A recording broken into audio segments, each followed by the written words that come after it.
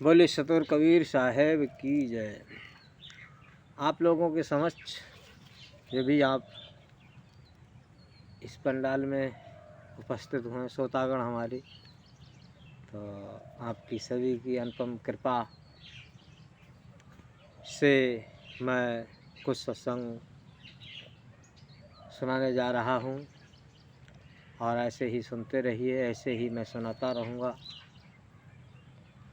और आप सभी लोग पंडाल में आए, मैं सभी को आदर सह सम्मान करता हूँ और भोजन प्रसाद लेकर के ही जाएं। जो भी हमारे भक्तगण लोग आए हुए हैं तो भोजन प्रसाद यहाँ से लेकर ही जाएं। साहब कहते हैं, एक साखी में बताया है, अरे भाई दूर दूर तक हमारी माताएं बहनें हैं, सभी लोग बैठ जाओ। कि भाव का मैं भूखा और भाव ही एक सार है, और भाव से मुझको भजे तो भव से बेड़ा पार है। भाव का मैं भूखा भाव ही एक सार है, और भाव से मुझको भजे तो भव से बेड़ा पार है। अरे अभाव से सर्वस्त्र दे दे वो नहीं स्वीकार है, और भाव से एक फूल दे दे वो मुझे स्वीकार है। ये वो भाव की बात कही गई है साहब ने, जिसके अंदर भाव यदि नहीं है, वो कितना भी भक्ति कर ले,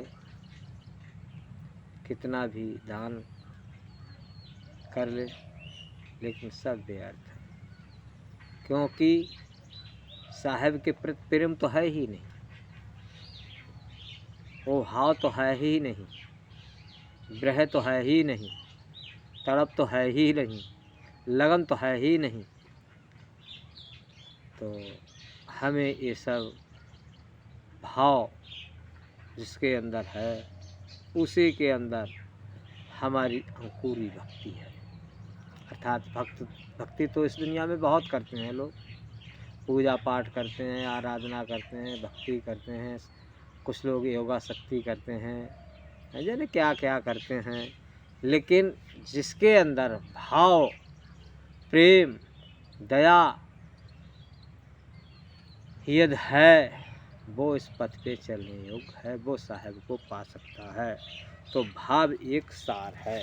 सार क्या कही गई है? सार साहब ने कोई बहुत सारा ढेर लगा हुआ है किसी चीज़ का, तो उसमें से हमें सार निकालना है। जैसे साधु ऐसा चाहिए जैसा सूप स्वभाव, और सार सार को घैले थोता दे उड़ाए।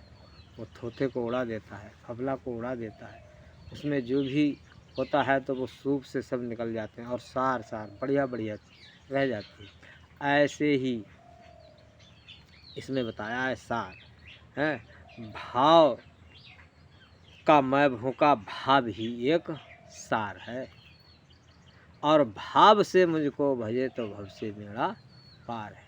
जिसके अंदर भाव और प्रेम दया है, भाव प्रेम दया धीर स्वभाव संतोष विवेक वैराग त्याग, ये सब चीज़ें होनी चाहिए। भाव एक सार, भाव से मुझको भवते भव से मेरा पार है। भव्य आना नहीं पड़ेगा, आवागमन उसका मिट जाएगा।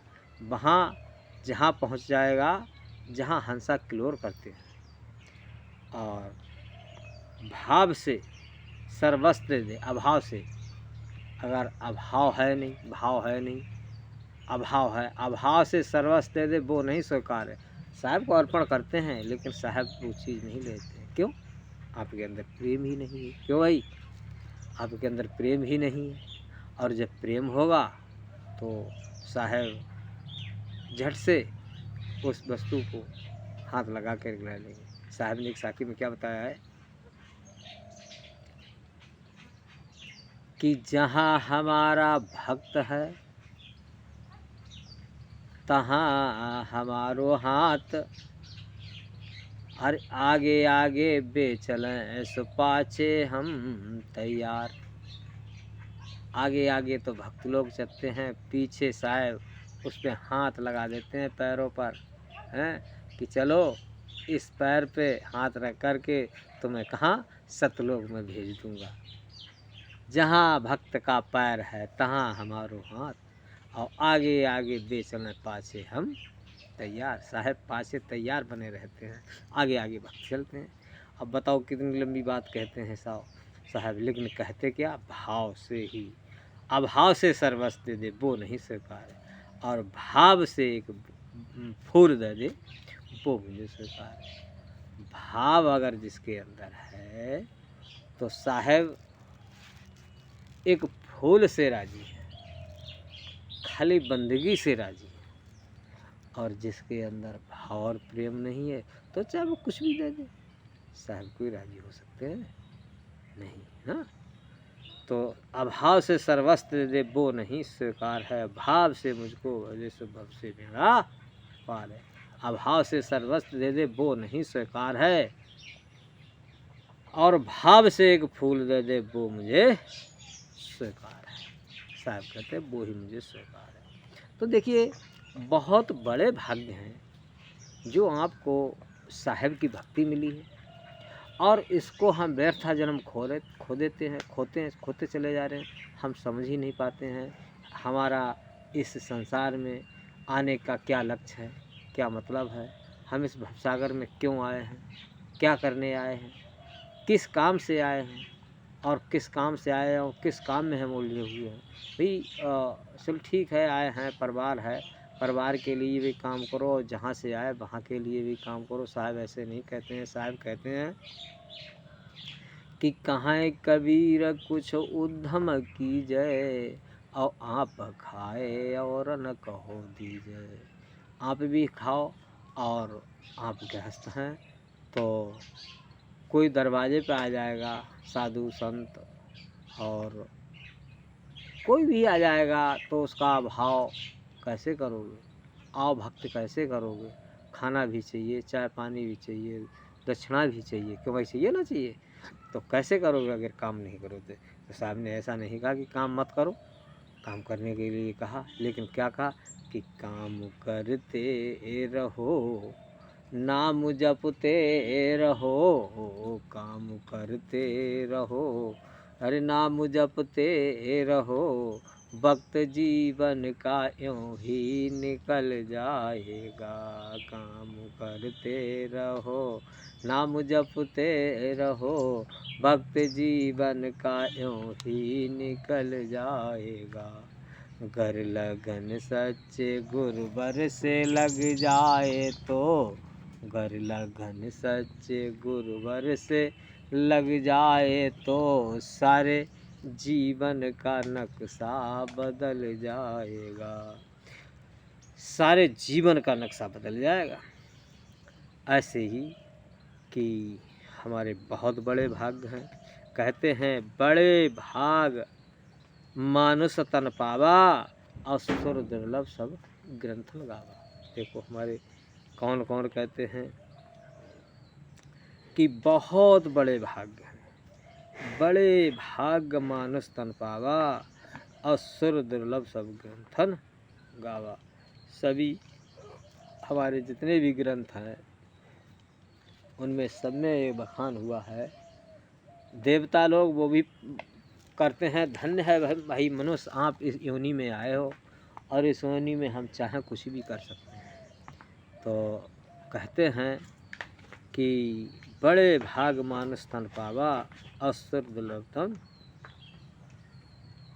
बड़े भाग मानुष तन पावा, असुर दुर्लभ तन ग्रंथन गावा। सभी गाते हैं कि बिन सतसंग विवेक न होई, और साहेब कृपा बिन सफल न होई। अब क्या कहिए कि बड़े भाग मानस तन पावा। भाग तो बड़े हैं, हमने कोई बहुत अच्छा कार्य किया है जो हमने मानस तन पा लिया है। अब बहुत बड़े भाग्य हैं, मानुष तन पा लिया है, लेकिन उस तन को पाकर के हम व्यर्था खो रहे हैं, हम समझ ही नहीं रहे हैं।